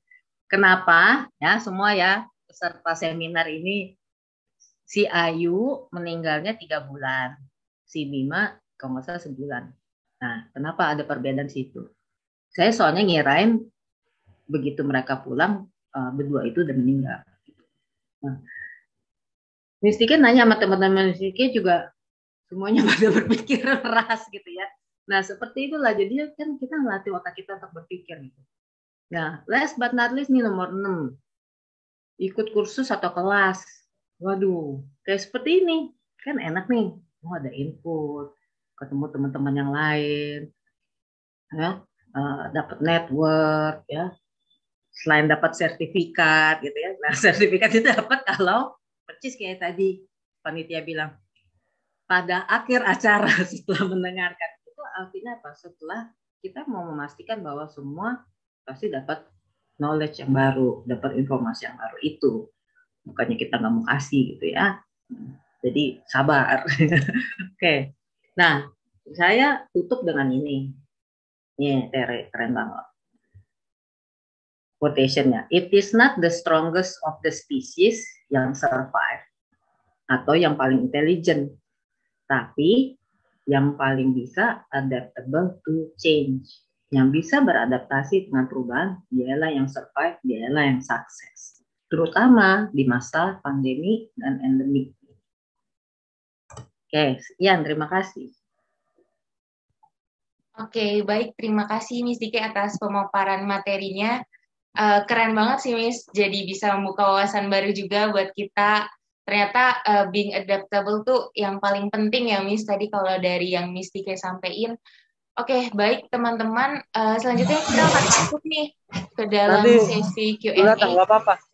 Nanti kalau udah ada kirim aja ke saya. Operator mohon tolong untuk oke. Terima kasih operator. Oke teman-teman, kita akan mulai untuk memasuki sesi Q&A atau sesi tanya jawab. Jadi bagi teman-teman yang sudah memiliki pertanyaan, boleh langsung menuliskan pertanyaan teman-teman di kolom chat, ataupun boleh langsung raise hand nih, dan bertanya langsung baik kepada Kak Apri atau juga kepada Miss Dike. Oke, teman-teman, apakah ada yang ingin bertanya? Oke, karena belum ada yang ingin bertanya nih, sepertinya Kak Apri dan Miss Dike, jadi saya ingin bertanya nih kebetulan Kak dan Miss Dike. Sebenarnya kan dari yang tadi Miss Dike dan juga Kak Apri sudah paparkan begitu ya, kalau di dalam dunia profesional itu penting untuk kita beradaptasi. Namun kenyataannya ketika kita ingin beradaptasi tuh ada aja gitu faktor-faktor yang mengganggu. Atau mungkin teman-teman rekan kita nih yang ketika kita masuk tidak menerima gitu keberadaan kita dengan baik. Nah itu bagaimana cara kita untuk menyikapinya ya Kak dan juga Miss Dike, boleh dijawab dengan Kak Apri dulu. Aku dulu ya, Miss Dike, izin dulu ya. Oke, jadi kalau aku tentang being adaptable ya, ini menurut aku salah satu skills ya, adaptability itu salah satu yang diperluin juga sih di dunia profesional kerja ya. Nah, menurut aku sih Teresia dan juga teman-teman ya, sebenarnya kalau ngomongin soal adaptability itu salah satunya kan kita ngomonginnya tentang kita tuh we put ourselves into a box sih sebenarnya. Bagaimana kan adaptable itu kan being flexible tapi tetap kita tuh punya value yang kita pegang kayak gitu kan ya. Nah, sebenarnya being adaptable itu tuh kuncinya ada di diri kita sih sebenarnya. Apakah box itu tadi itu mau kita bentuk seperti apa? Kalau kita ada box terus kita isi air, terus isi tanah gitu kan, itu bisa bisa dibentuk macam-macam sebenarnya kayak gitu. Jadi menjadi fleksibel atau adaptable, it's decision-nya itu ada di diri kita. Jadi menurut aku adaptable tuh nggak 100% di define sama itu tadi kan ya. Ada orang-orang atau teman-teman yang mungkin nggak nggak suportif sama kemauan kita untuk being adaptable. Tapi sebenarnya menurut aku kuncinya adalah dari diri kita sih sebenarnya. Apakah kita tuh bisa nge-stretch box yang kita milikin atau enggak sih. Dari aku sih itu aja sih, mungkin nanti ditambahin sama Miss DK. Silahkan Miss. Mungkin gini ya, Tere, seperti yang tadi Miss DK jelasin, benar juga kata Mas Apri bahwa sometimes makanya kita pilih-pilih ya tempat kita berkumpul, supporting system kita, teman-teman kita gitu. Jadi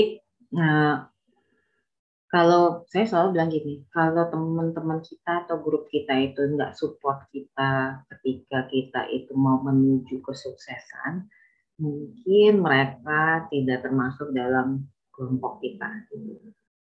Jadi karena kan gini, balik lagi, kita berteman pun begitu ya. Kalau misalnya kita mau senang melihat teman kita itu sukses, itu berarti teman itu pertemanan yang pure gitu ya. Terus naiki lagi gitu loh, bahwa di kantor pun misalnya juga begitu gitu. Kalau misalnya kita punya teman kantor yang pengen kita, teman kantor yang atau teman kuliah yang melihat kita oke gitu ya, mau sama-sama rajin, mau sama-sama maju, nah itu kita berteman lah sama kelompok itu gitu. Kalau kayak Miss Diki pernah bilang ya, bagaikan gini, same birds flocks together, ya, burung yang sama berterbangan bersamaan. Nggak ada tuh burung merpati sama burung dara. sih gitu loh. Jadi you are what your friend is gitu loh. Jadi dari situ tuh mulai nanti kelihatan. Dan selalu Mesike selalu bilang gitu, nanti makin lama dari semester 1 terus makin ngerucut kayak gini nih, temannya dikit. Yang nemenin kalian skripsi pun kita tambah dikit lagi gitu loh. Tapi nggak apa-apa Karisa gitu ya, bisa aja dong. Kan berarti udah terfilter dong gitu loh. Oh inilah true friend gitu loh. Inilah teman kita yang baik gitu. Itu sama seperti itu. Jadi tadi seperti yang Mas Apri bilang bahwa support system kita itu ya kita mesti cari yang grup-grup kita gitu, yang sama kita dan membuat kita menjadi lebih baik. Saya kira itu ya Tere. Oke, baik. Terima kasih Kak Apri dan juga Miss DK atas jawabannya. Selanjutnya nih ada yang sudah raise hand nih. Ada dari Kak Putri Zara. Boleh untuk Kak Putri Zara langsung menyatakan pertanyaannya? Thank you Tere sebelumnya. Halo Kak Apri dan Miss DK. So glad to meet you. Perkenalkan, aku Putri Zahra dari Universitas Bakri. Nah, aku mau nanya, especially untuk Kak Apri ya. Nah, aku sangat tertarik di BUMN nih, Kak, dibandingkan startup atau swasta. So, when I discuss careers with my friends, we compare how to work in BUMN dengan startup. Aku sering banget dengar bahwa BUMN ini meritokrasinya kuat. Sulit banget untuk naik jabatan ketika jenjang karir kita ini belum selama senior-senior kita. Nah, aku punya 2 pertanyaan. Pertama, apakah kita di BUMN, as worker and fresh graduates, yang punya kemampuan dan keahlian yang baik, ini bisa naik jabatan meski jenjang karir kita ini nggak selama senior-senior kita. Jadi yang pertama. Yang kedua adalah, sebenarnya apa sih, Kak, company culture yang menonjol antara BUMN dengan startup? Kayaknya itu aja pertanyaanku. Terima kasih. Oke. Thank you. Tere, aku langsung jawab nih. Iya, boleh Kak. Okay. Putri, thank you ya pertanyaannya. Bagus nih pertanyaannya. Oke, jadi apa ya? As what I have mentioned before ya, sebenarnya di BUMN itu kan tadi perbedaannya ya, ada jenjang karirnya kan ya antara BUMN, MNC dan juga si startup itu sendiri. Nah, sempat aku singgung juga bahwa sebenarnya ya teman-teman ya di BUMN itu ada template-nya. Kalau misalnya untuk kan tadi kan ada golongan-golongannya ya. Kalau kita boleh nge-breakdown tentang jenjang karir di BUMN itu ada golongan-golongan dan masing-masing golongan itu biasanya ada time frame-nya nih. Ada salah satu penilaiannya itu adalah lama kita menjabat di atau punya posisi itu kayak gitu. Tapi itu dulu Itu dulu Putri. Kalau sekarang apa ya istilahnya organisasi kita, struktur organisasi kita tuh sekarang itu juga menuju ke arah yang lean organization. Oke. Jadi sekarang ini kalau misalnya Putri apa ya lihat ya, contohnya aku deh kayak gitu. Dulu aku kan mengawali karir di startup, kemudian aku jumping ke multinational corporation sebelum akhirnya aku settle down di BUMN sekarang. Di BUMN ini aku masih sekitar 4 tahun. Oke, 2 tahun yang lalu aku udah jadi head. Jadi itu adalah membuktikan bahwa sebenarnya lean organization itu is there. Di BUMN pun juga ada kayak gitu. Jadi untuk menjawab pertanyaan yang pertama itu menurut aku sekarang sudah nggak zamannya lagi ya. Yang penting teman-teman punya skills dan juga punya kapabilitasnya itu bukan cuman hard skills-nya ya teman-teman ya, tapi juga leadership skills-nya teman-teman. Kalau misalnya di promosi itu kan of course teman-teman punya role dan juga tanggung jawab yang gede juga ya, mungkin nge-lead tim. Apakah teman-teman itu punya that enough leadership skills needed atau enggak kayak gitu. Itu yang pertama. Terus yang kedua adalah apa ya tadi ya? Culture ya. Culture-nya BUMN ya. Nah, menurut aku culture-nya BUMN yang yang aku cherish itu adalah ini culture apa bukan ya? Menurut aku adalah work-life balance-nya. Karena di startup dan juga di multinational corporation yang selama ini aku bekerja itu rada ini ya banting tulang ya guys ya kerjaannya kayak gitu. Kalau di BUMN ini very balance kayak gitu. Semoga menjawab Putri. Oh ya, menjawab Kak. Soalnya I have friends he's sharing about startup and BUMN. Yap. Dia dari Shopee pindah ke Telkom dan ya, dan aku penasaran sebenarnya apa yang ngebuat dia pindah. Soalnya dia sempat nge-mention katanya work culture beda gitu Kak. Jadi cukup menjawab. Terima kasih Kak. Sama-sama Putri. Oke, baik. Terima kasih Putri dan juga terima kasih kepada Kak Apri yang sudah menjawab.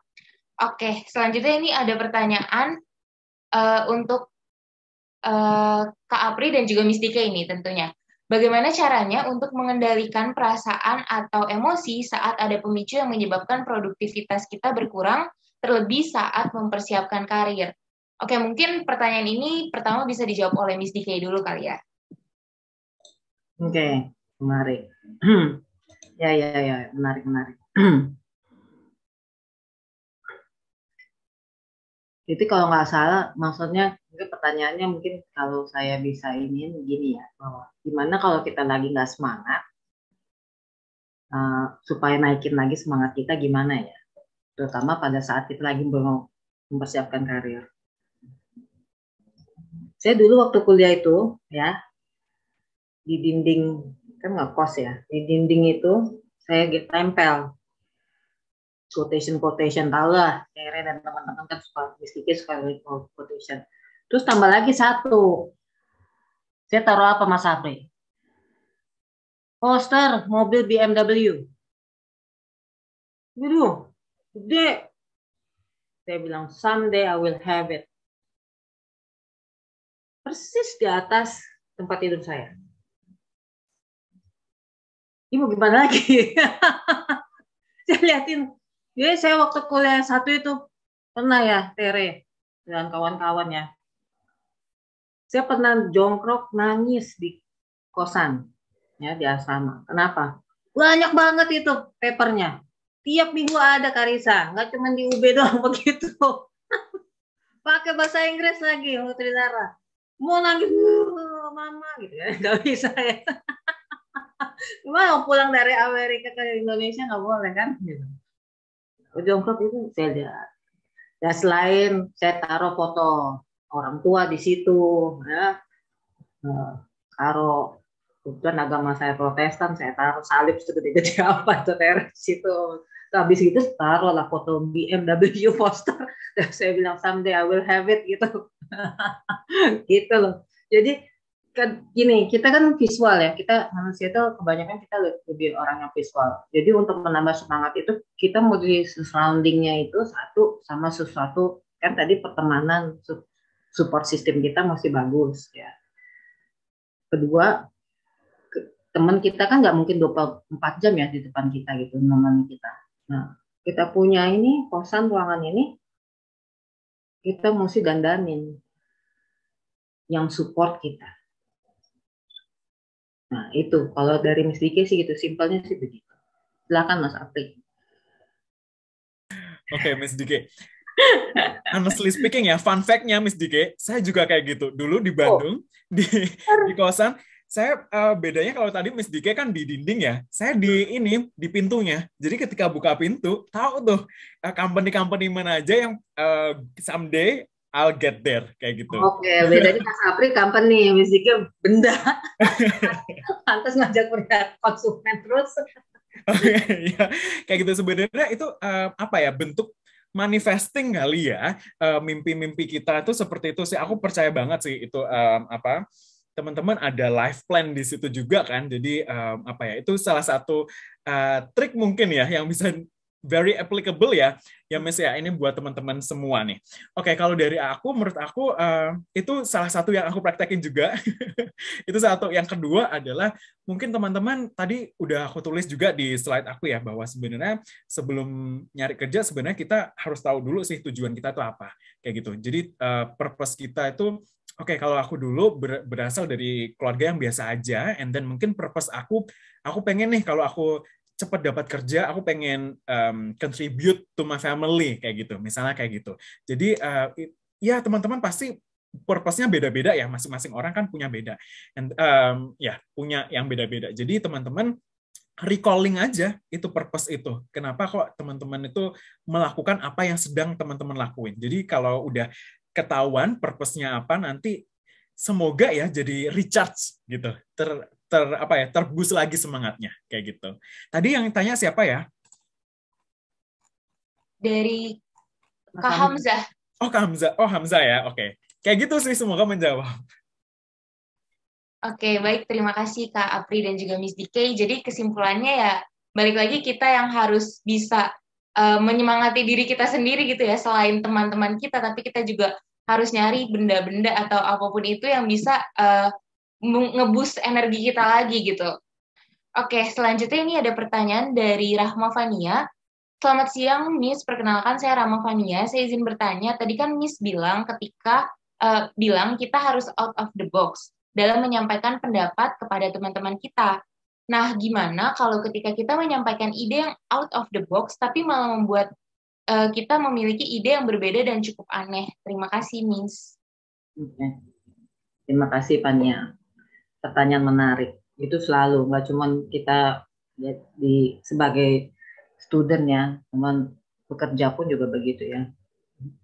Cuman kita masih berpikirnya gini, kan kita tadi Miss Dike bilang kita mesti melatih skills itu. Kita mesti ada tujuan akhir bahwa kalau misalnya saya nanya begini outside the box, terus kita punya itu aneh atau apa, kita harus berpikir bahwa next-nya itu keanehan kita akan membuahkan hasil.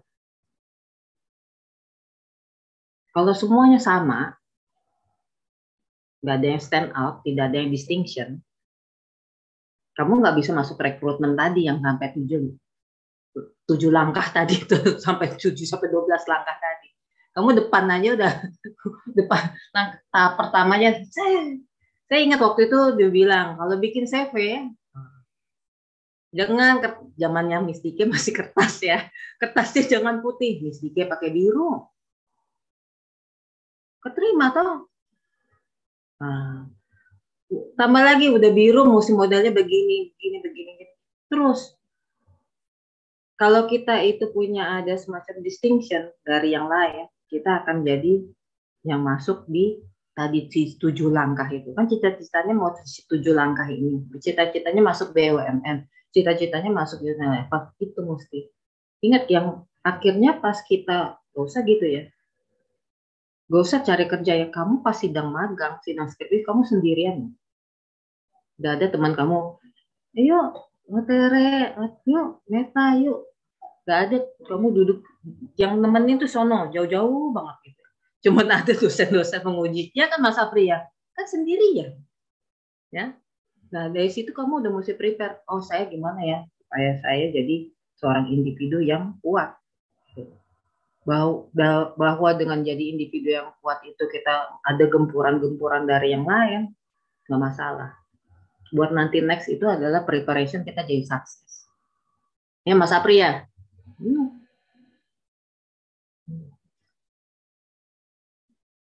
Oke, baik. Terima kasih Miss DK atas jawabannya. Selanjutnya ini ada pertanyaan yang terakhir dari Tiara. Selamat siang, saya Tiara Aulia, izin bertanya kalau di dalam dunia profesional, bagaimana cara menegur rekan kerja yang melakukan kesalahan tanpa terkesan bosi? Mungkin pertanyaan ini bisa dijawab oleh Kak Apri dulu kali ya. Oke, thank you. Tadi dari siapa, Tere? Tiara. Dari Tiara Tiara. ya? Oke, halo Tiara. Oke, thank you pertanyaannya. Kalau dari aku sih ya, kayak gini sih, apa ya, konsepnya. Jadi fundamental thinking-nya itu sebenarnya kayak gini.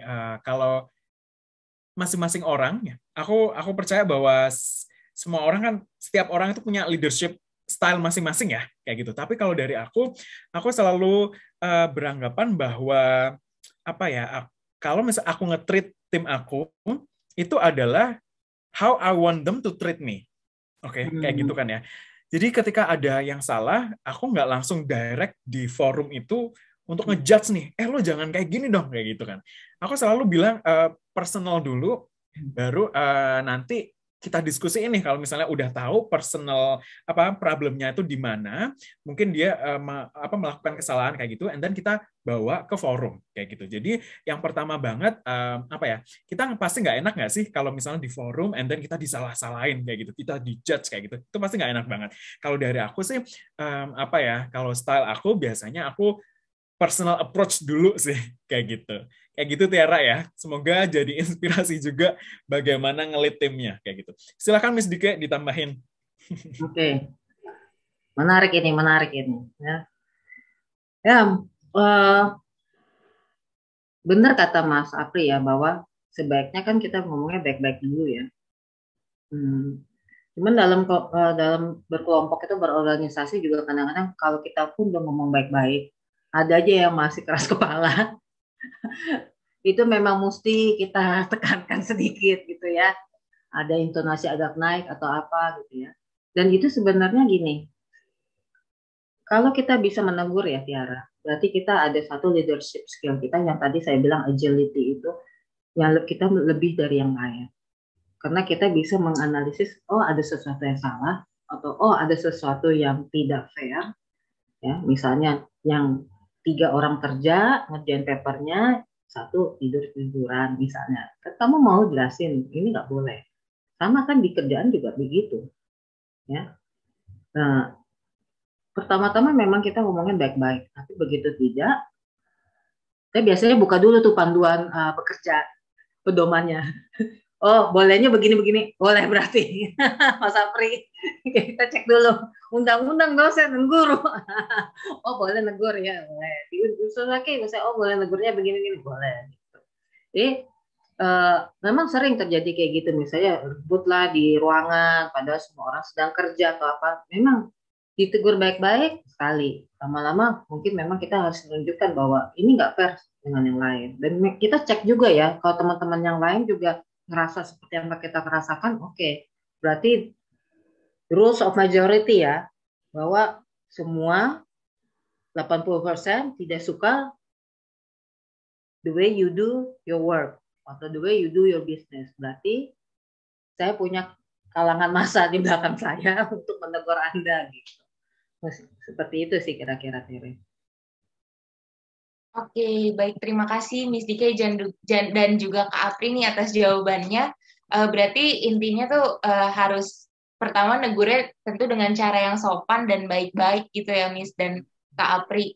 Tanpa menyinggung perasaannya orang itu, tetapi jika memang tidak bisa nih untuk dibicarakan secara baik-baik, tentu kita harus sedikit keras menegurnya, tetapi dengan membawa suara juga. Jadi bukan pandangan only kita aja, tapi ternyata rekan-rekan kita tim juga mungkin merasakan hal yang memang sama gitu.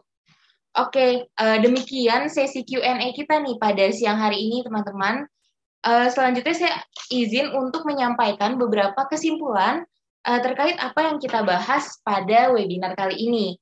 Jadi tadi dari Kak Apri dan juga Miss Dike kita sudah membahas tentang apa itu perbedaan BUMN, swasta, ataupun startup gitu ya. Namun dari perbedaan yang ada, ketiganya tuh sama-sama mementingkan kemampuan kita untuk berinovasi, beradaptasi, dan juga kita harus punya kemampuan untuk belajar hal-hal yang baru. Karena ketika kita melamar di dalamnya tentu ada beberapa tahapan yang harus kita lewati, dari mulai CV screening, aptitude test, FGD atau leaderless group discussion, interview, sampai kepada nantinya kita bisa diterima dalam perusahaan itu.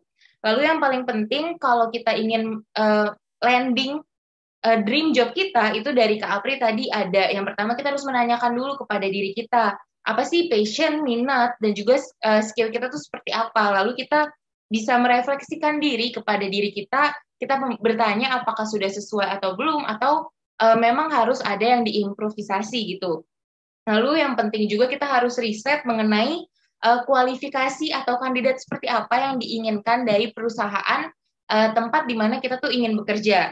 Dan yang ketiga ada take action, di mana kita harus berusaha improve atau mengembangkan skill ataupun mencari pengalaman-pengalaman yang relate dengan dream job kita tadi. Dan yang terakhir, yang penting juga adalah find your support system. Lalu selanjutnya juga kita harus punya skill untuk beradaptasi tadi kalau dari Miss DK ya Miss.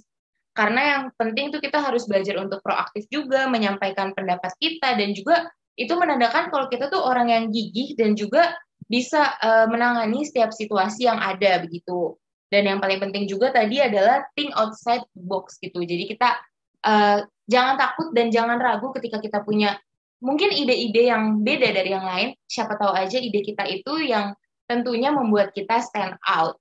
Baik teman-teman, itulah kesimpulan yang dapat saya sampaikan dalam webinar kita siang hari ini. Sebelum menutup webinar kita akan melakukan sesi dokumentasi bersama dua narasumber kita. Untuk itu, kepada teman-teman nih yang masih belum bisa on cam, bisa tolong untuk menyalakan kameranya terlebih dahulu. Oke, karena sudah lumayan banyak yang on cam, akan langsung saya pimpin ya untuk aba-abanya. 1, 2, 3, cheers! Oke, slide selanjutnya. 1, 2, 3, cheers! Slide berikutnya. 1, 2, 3, cheers! Oke, baik. Sesi dokumentasi telah selesai, teman-teman. Selanjutnya, untuk menutup webinar kita pada siang hari ini, karena tadi kita sudah membuka dengan doa, rasanya tidak lengkap jika kita tidak menutupnya dengan doa kembali. Untuk itu, marilah kita berdoa bersama-sama, berdoa menurut agama dan kepercayaan masing-masing, berdoa dimulai.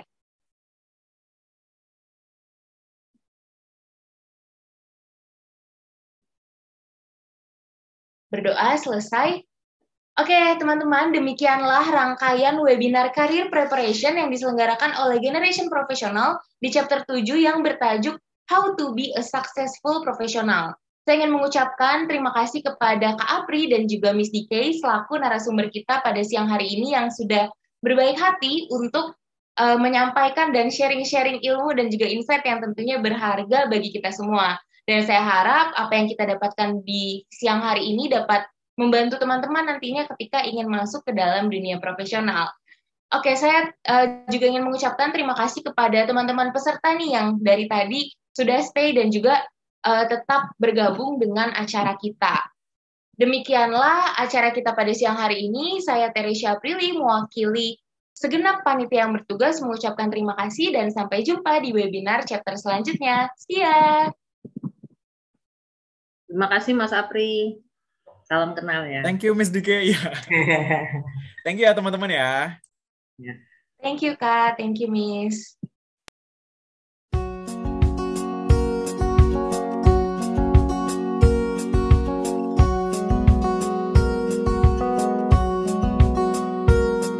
Good job ya teman-teman ya. Thank you.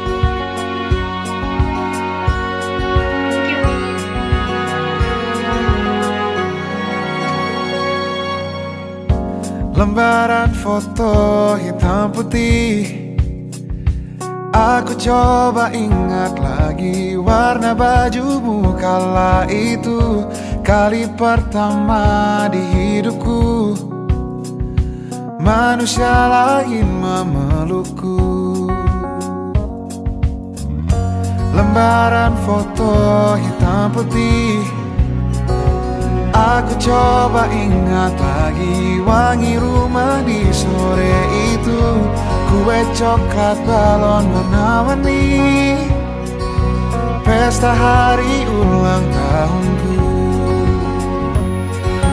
Dimanapun kalian berada, ku kirimkan terima kasih untuk warna dalam hidupku dan banyak kenangan indah. Kau melukis aku,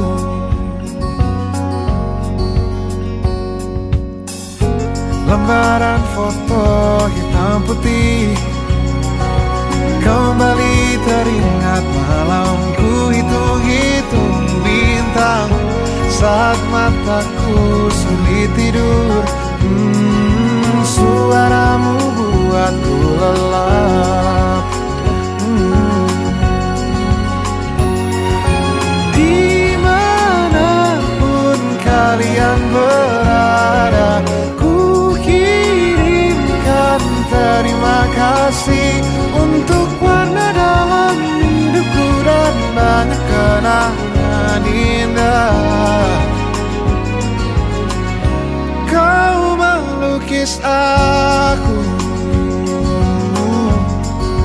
kita tak pernah tahu berapa lama kita diberi waktu.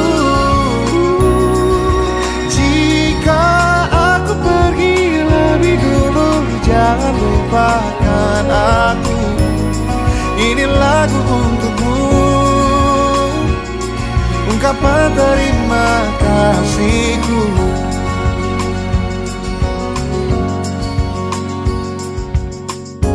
Lembar monokrom hitam putih. Aku coba ingat warna demi warna di hidupku. Takkan ku mengenal cinta bila bukan karena hati baikmu.